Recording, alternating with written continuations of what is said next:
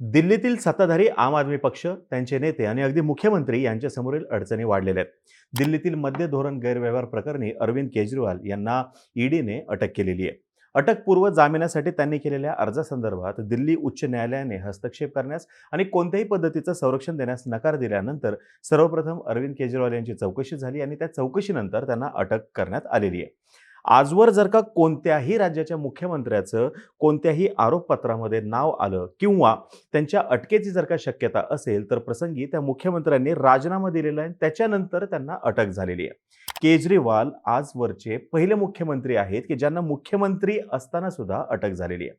याच प्रकरणामध्ये म्हणजे दिल्लीचे हे मद्य धोरण गैरव्यवहार जे आहे, याच प्रकरणात आधी आपचे खासदार संजय सिंह, दिल्लीचे माजी उपमुख्यमंत्री मनीष सिसोदिया यांना देखील अटक करण्यात आलेली आहे आणि आता अरविंद केजरीवाल यांची अटक झालेली आहे. महत्त्वाची फॅक्ट अशी आहे की अजूनही केजरीवाल यांनी मुख्यमंत्री पदाचा राजीनामा दिलेला नाही आणि ते तुरुंगातून सरकार चालवू शकतात असं म्हटलं जात आहे. अरविंद केजरीवाल यांना अटक का झाली या संदर्भात आपण डिटेल व्हिडिओ बनवलेला आहे. दिल्ली सरकारनं 17 नोव्हेंबर 2021 रोजी मद्य विक्रीशी संबंधित नवीन उत्पादन शुल्क धोरण लागू केलं होतं, ज्याच्यामुळे दारूची दुकानं ही पूर्णपणे खासगी व्यक्तींच्या हातामध्ये गेली असती आणि याच्यातून माफिया राजवट संपेल आणि सरकारचा महसूल वाढेल असा दावा सरकारचा होता.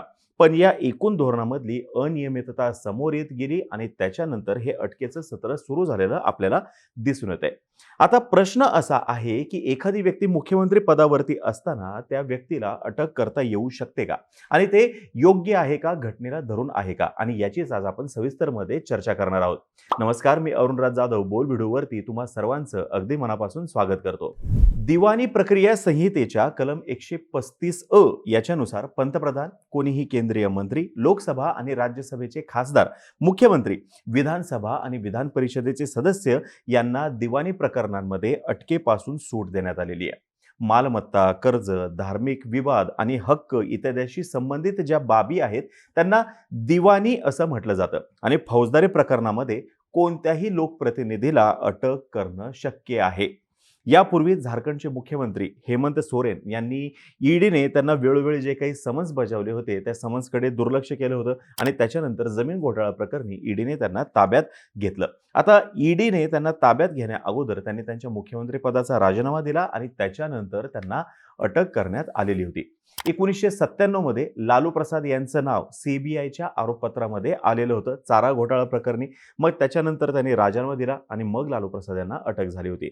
2014 मध्ये उत्पन्नापेक्षा जास्त मालमत्ता असल्याच्या केसमध्ये दोषी ठरल्यानंतर तमिळनाडूच्या मुख्यमंत्री जयललिता यांनी सुद्धा राजीनामा दिला होता आणि त्याच्यानंतर त्यांना अटक झालेली होती. आता इथे अरविंद केजरीवाल यांना जरी ईडीने अटक केलेली असली तरी सुद्धा ते अजूनही दिल्लीचे मुख्यमंत्री आहेत. त्यांनी त्यांच्या मुख्यमंत्री पदाचा राजीनामा दिलेला नाहीये आणि आम आदमी पार्टीनुसार अरविंद केजरीवाल हे राजीनामा देणार सुद्धा नाहीयेत. मग पर्याय कोणते उपलब्ध आहेत? लोकप्रतिनिधी कायदा 1951 मध्ये असा कोणत्याही पद्धतीने उल्लेख नाही की मुख्यमंत्री किंवा मंत्री तुरुंगात गेल्यास त्यांना राजीनामा द्यावा लागेल आणि ह्या लोकप्रतिनिधी कायद्याचाच भरपूर वेळा आधार सुद्धा घेतला जातो. देशामध्ये केवळ राष्ट्रपती आणि राज्यपाल हे जे घटनात्मक पद आहेत यांनाच गुन्हेगारी प्रकरणातून अटकेपासून सूट दिली जाते. मग प्रश्न असा पडतो की तुरुंगात असताना ते मुख्यमंत्री राहू शकतात का? तर याचं उत्तर होय असे. त्यांच्या मुख्यमंत्री पदावरती राहण्यासाठी आजच्या दिवशी तरी कोणत्याही पद्धतीचं कायदेशीर बंधन नाहीये. जर का त्यांना 2 वर्षाची शिक्षा झाली किंवा त्याच्याहून अधिकची जर का शिक्षा झाली तर मात्र त्यांना अपात्र घोषित केलं जाईल आणि त्याच्यानंतर ते पदावरून पाय उतार होतील. पण याच्यासाठी सुद्धा काही काळ जावा लागू शकतो. लोकप्रतिनिधी कायदा 1951च्या कलम 8(3) अंतर्गत अपात्रतेचे नियम दिलेले आहेत. त्याच्यामध्ये याची सविस्तर चर्चा करण्यात आलेली आहे.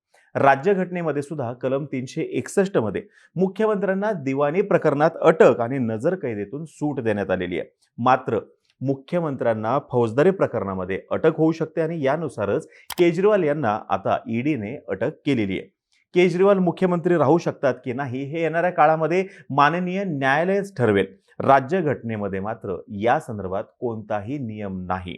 मात्र याआधी कोणताही पंतप्रधान किंवा मुख्यमंत्र्यांनी तुरुंगातून सरकार चालवलेलं आहे असं घडलेलं नाही आणि स्वातंत्र्यानंतर ही पहिलीच अशी केस आहे की कोणतेही मुख्यमंत्री हे तुरुंगातून सरकार चालवू इच्छितात किंवा तसं बोलतायत. मगाशी मी म्हणलं तसं लोकप्रतिनिधी कायदा 1951 मध्ये असा कोणताही उल्लेख नाही की कोणतेही लोकप्रतिनिधी, मुख्यमंत्री किंवा मंत्री तुरुंगात गेल्यास राजीनामा त्यांना द्यावा लागेल.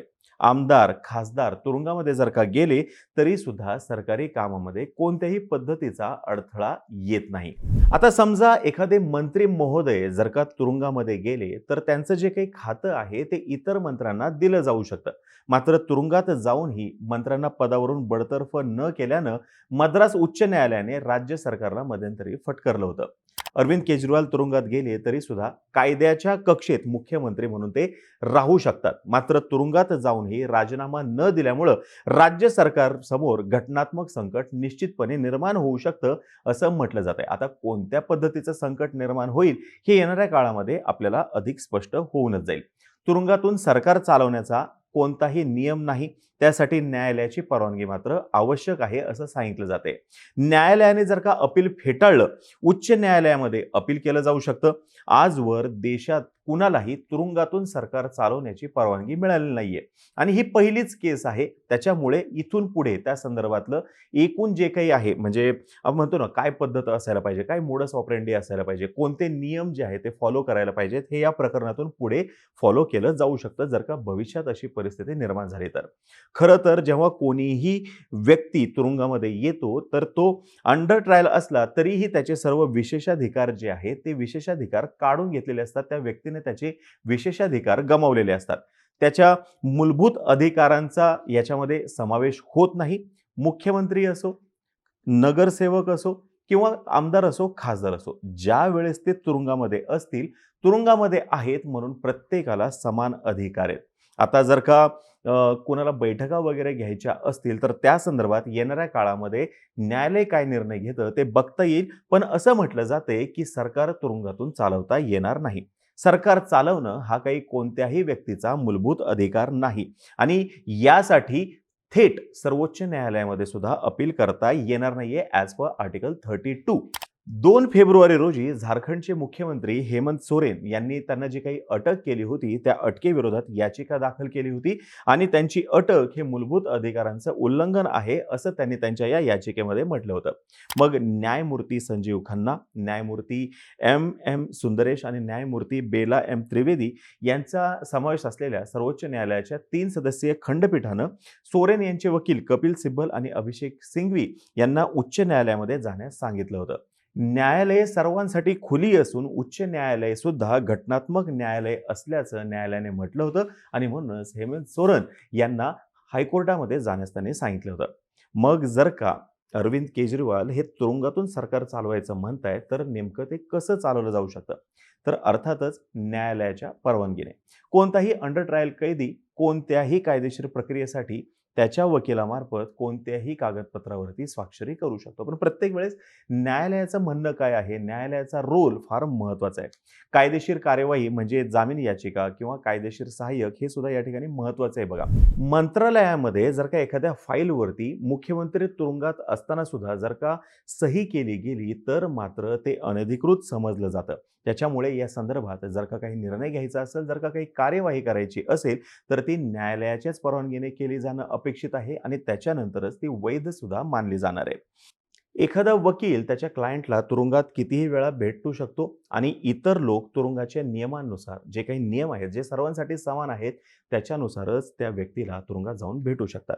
आता जर का अरविंद केजरीवाल यांना तुरुंगात बैठक घ्यायची असेल तर ती बैठक घेण्यासाठीचे नियम किंवा निर्णय जे आहेत ते पूर्णपणे न्यायालयाच्या हातामध्ये आहेत आणि न्यायालय ज्या पद्धतीने ठरवेल त्या पद्धतीने गोष्टी या पुढं जाऊ शकतात.